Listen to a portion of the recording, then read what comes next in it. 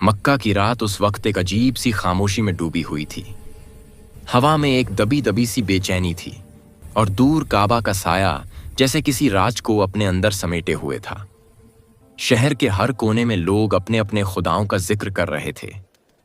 कोई लात पुकारता, कोई उचिच्छा और कोई हबल को आवाज देता, मगर हकीकत का असली सवाल अब भी अनछुआ था।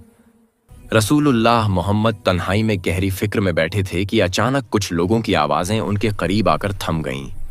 मोहम्मद, हमें बताओ तुम्हारा रब कौन है? उसका नसब क्या है? उसका सिलसिला क्या है? वो किस कबीले से है? उसके माँ बाप कौन है? ये सवाल शिर्क से भरे हुए, रब को इंसान की शक्ल देने वाले सवाल थे, वही जो उस दौर में भी उठते थे और आज भी उठाए जाते हैं। उस दौर का मक्का सिर्फ बाजारों और इबादतगाहों का शहर नहीं था, बल्कि हर घर में एक नया खुदा, हर गली में एक नया सनम मौजूद था। यहां तक कि काबा के अंदर 360 बुत रखे थे। कुरैश अपने बुतों के नसब, उनके कबीले और उनकी सीरत पर फख्र करते थे। अकीदा भी इंसानी तसव्वुरात में ढलकर रह गया था। इसी झालियत के माहौल में रसूलुल्लाह की तौहीद एक रोशनी बनकर चमक रही थी। मगर लोग पूछते, तुम्हारा रब की सबसे अलग कैसे है? वो किसका बेटा है? उसके बच्चे कौन हैं? फिजा में अचानक सन्नाटा छा गया। तभी आसमान से नूरे हक उतरा। जिब्रील अमीन अलैहिस्सलाम तशरीफ लाए और रसूलुल्लाह के सामने कुछ रूहानी अल्फाज पेश किए। कुल हुवल्लाहु अहद, कह दो अल्लाह एक है। फिर नाजिल हुआ अल्लाहुस समद, अल्लाह बेनियाज है, हर कोई उसी का मोहताज है और वो किसी का मोहताज नहीं। लम यलिद वलम यूलद, न उसने किसी को जन्म दिया न वह किसी से जन्मा। वलम यकुल्लहु कुफुवन अहद, और उसका कोई हम पायदार, कोई बराबर नहीं। रात का माहौल इन आयात से महक उठा। मक्का में हलचल मच गई। बुत परस्त सरबराह घबरा उठे।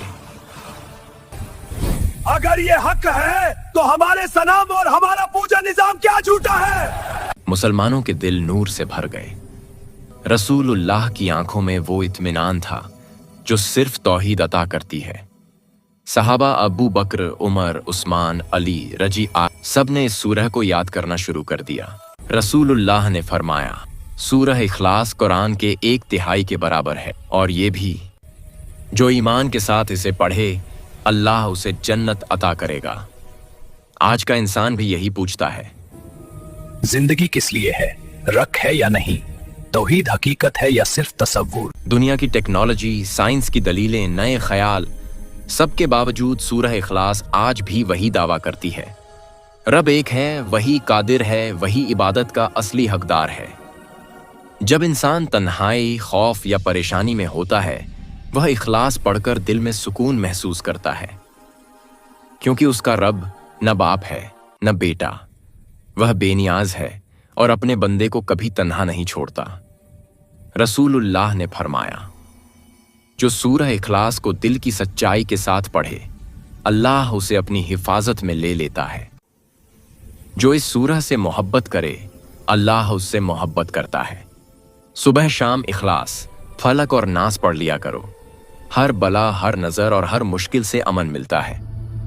आज भी छोटे बच्चे इस सूरह को पढ़कर चैन महसूस करते हैं। मुसलमान अपनी नमाजों में इसे बार बार पढ़ते हैं।